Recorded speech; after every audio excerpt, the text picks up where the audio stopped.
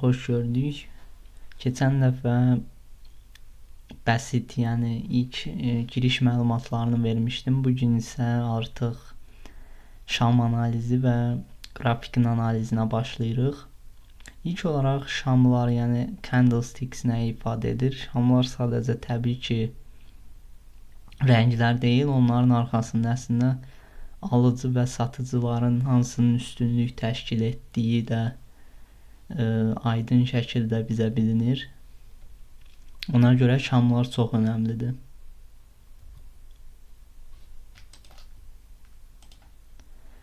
Təkcə təbii ki şam qrafiki yoxdur, həm də xətt qrafiki var. Sadəcə xətt qrafiki sadəcə bizə bağlanış qiymətini göstərir. Buna görə də tam olaraq həmin səviyyələrdə nə baş verdiyini biz bilə bilmirik, amma şam qrafikində isə tam olaraq bağlanış, açılış, ən yüksək, ən aşağı qiymətlərini biz görə bilirik. Bu isə daha geniş kontekstdə bizə analizimiz üçün imkan yaradır. İlk dəfə mən təxmin edirəm ki, TradingView-unu açanda belə bir xətt qrafiki ilə qarşılaşacaqsınız. Demək olar, traderların heç biri bunu istifadə eləmir, çünki çox az bizə məlumat verir, amma sonra buradan artıq line-ı, şam, burada başqa candle tipləri də var. Bunlar demək olar heç bir istifadə olunmur, çünki bütün traderlar demək olar şam qrafiki istifadə edir. Yəni iki cür tip qrafik var. Demək olar çox vaxt ya line qrafik ya da yəni xətt ya da şam qrafiki istifadə olunur. Məsələn, line qrafikdən örnək versək,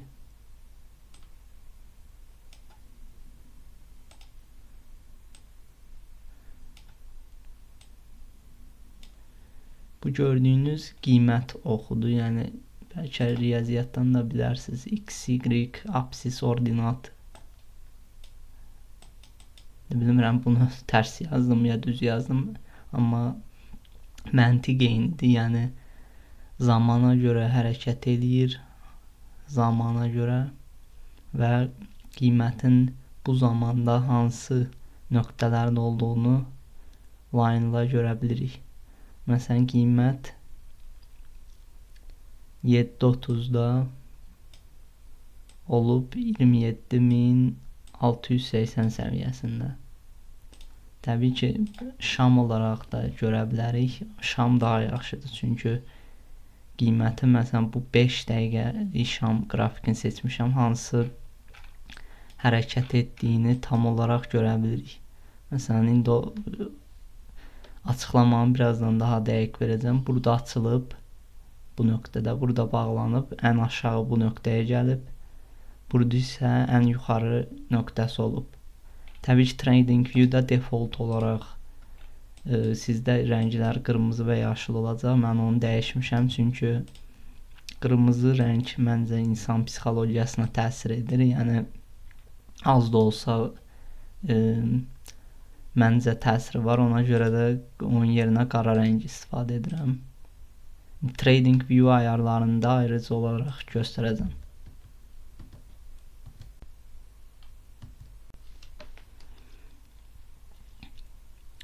Şam qrafikini yəni başa düşdünüz məncə, çünki çox sadə bir əslində konseptdir.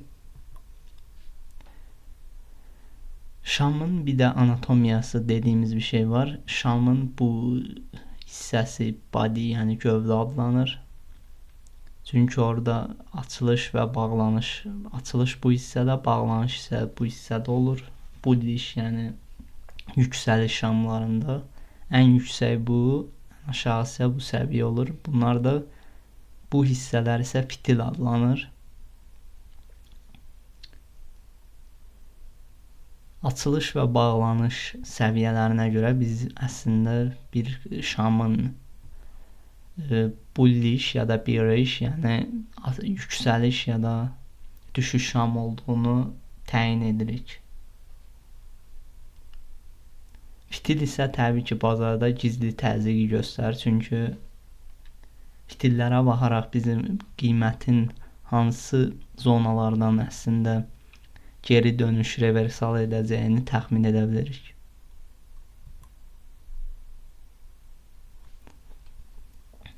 Bullish şamlar, yəni yüksəliş şamlarında open qiyməti bu hissə olur. Bağlanış qiyməti yuxarıda olur. Bu isə ən yüksək və ən kiçik hissələri, yəni qiymət buranı ziyarət edib, buranda amma burada bağlana bilməyib, daha aşağı səviyyələrdə bağlanmağa məcbur olub. Yəni momentumda yuxarıdır, ona görə də qiymət artıb. Yəni bir sözlə alıcılar bu qiymət səviyyəsinin üstündür. Bir digəri isə bearish, yəni qırmızı şam adlanır. Burada open, açılış səviyyəsi yuxarıda olur, bağlanış səviyyəsi aşağıda. Ən aşağı səviyyə bu olur. Yəni qiymət məsələn bu hansı zaman dilimində olan şamdırsa, orada ən aşağı olaraq buranı ziyarət edib, ən yuxarı buranı ziyarət edib. Amma bu səviyyələrdə bağlana bilməyib, aşağıda bağlandığı üçün bu artıq satış şamı adlanır. Yəni burada satıcılar üstündür, alıcılar isə zəifdir, momentum aşağıdır və qiymət düşməyə başlayır.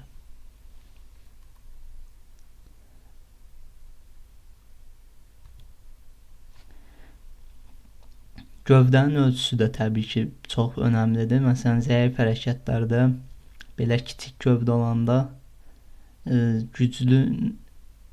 güclü tərəf çox bilinmir, amma belə normal hərəkətdə görürsünüz ki, alıcılar üstündə, amma tam nəzarət yoxdur. Nə vaxt ki, belə çox böyük şamlar rəngindən asılı olmayaraq görsəz, onda həmin tərəfdə güclü təzyiq əlamətidir bu. Çox vaxt məsələn engulfing deyirik, hansısa bir şam digər şamı örtürsə, onda artıq orada geri dönüş və ya reversal dediyimiz hadisə baş verir çox vaxt. Məsələn, burada rejection nə deməkdir? Məsələn, bunu çəkərək sizə göstərəcəm. Məsələn, qiymətin burada dəstək zonalarına sonra toxunacam. Məsələn, burada bir dəstək zonası var. Yəni qiymət əvvəl buradan dönüş etmişdi. Yenə qiymət həmin hissəyə yüksəlir. Burada bir şam var. Məsələn, 5 dəqiqəlik bir şam. Burada isə uzun bir fitil var. Dəqiqə.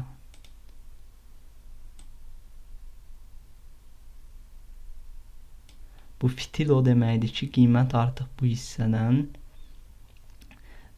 Sonra da əgər burada engulfing dediyimiz bunu örtən bir qırmızı şam görsəz, indi bu düşüş üçün göstərirəm. Burada deməli qiymət dayana bilmədi. Burada açıldı, burada bağlandı, sonra bir dənə də qırmızı şam gəldi. Deməli qiymət artıq düşmə əyilimində olma ehtimalı çoxdur. Təbii ki, bunlar hamısı ehtimallardır.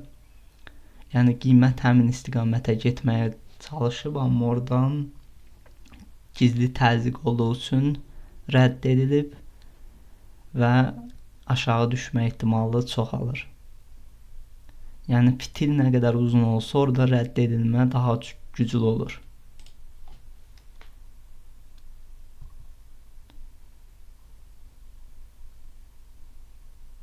Burada da qeyd etmişəm, təbii ki, qiymət məsələn belə uzun fitillər olanda orada qiymət dönmə ehtimalı çox olur.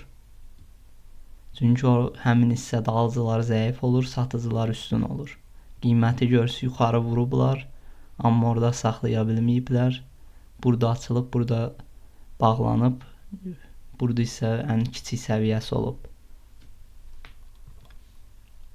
Həmçinin əksi olaraq yüksəliş şamlarında da görürsünüz ki, burada ən kiçik səviyyəsi olub, burada açılıb, burada bağlanıb.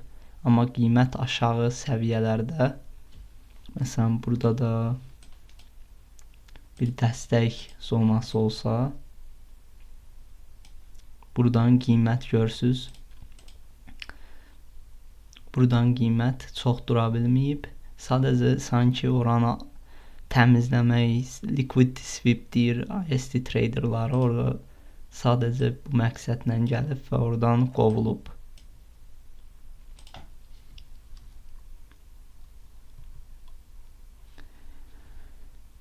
Doji isə qərarsızlıq şamları adlanır. Yəni açılış və bağlanış qiymətləri demək olar ki, eyni olur. Gövdə çox kiçik olur və ya olmur.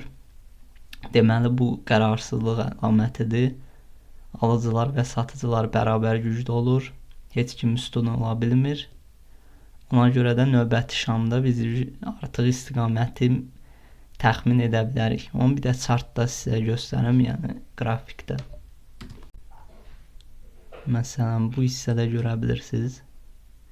5 dəqiqəlik şam. Görürsünüz nə kiçik açılış və bağlanış qiymətləri var. Bu artıq uzun əyaqlı doji şam adlanır. Yəni long ledge doji. Bu istiqamətdə qərarsızlıq olub. Ondan sonra da görürsünüz qiymət dönüb. Həmçinin başqa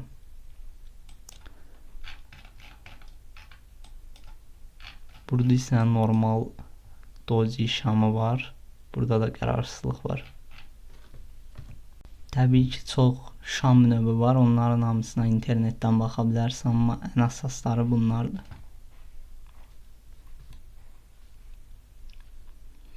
Yəni doji dediyimiz şam növü bazarda əslində heç kim üstün ola bilmir. Alıcılar və satıcılar bərabər olur. Həmin istiqamətdə geri çəkilmə və ya dönüş ola bilir.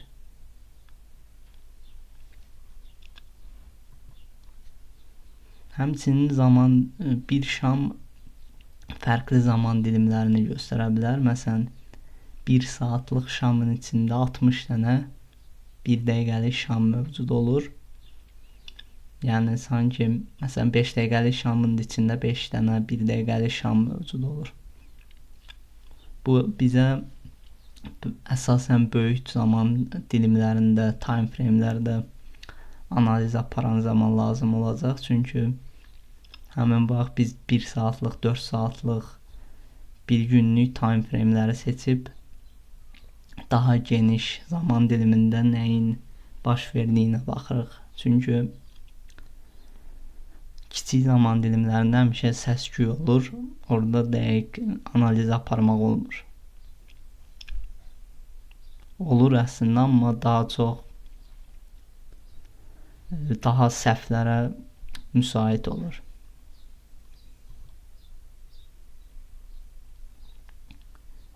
Ən böyük səhv isə formasiyaları əzbərləməkdir. Yəni şam formasiyalarını, onun yerinə biz hər səviyyədə alıcı, satıcı psixologiyasına baxmalıyıq. Məsələn, qiymət açıldı bir şamda. Nə baş verdi həmin səviyyədə?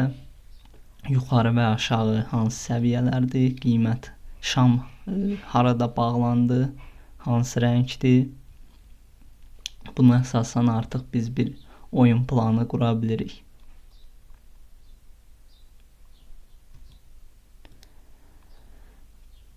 Bu əslində çox sadə bir dərslikdir. Gələn dəfə artıq broker və TradingView nədir?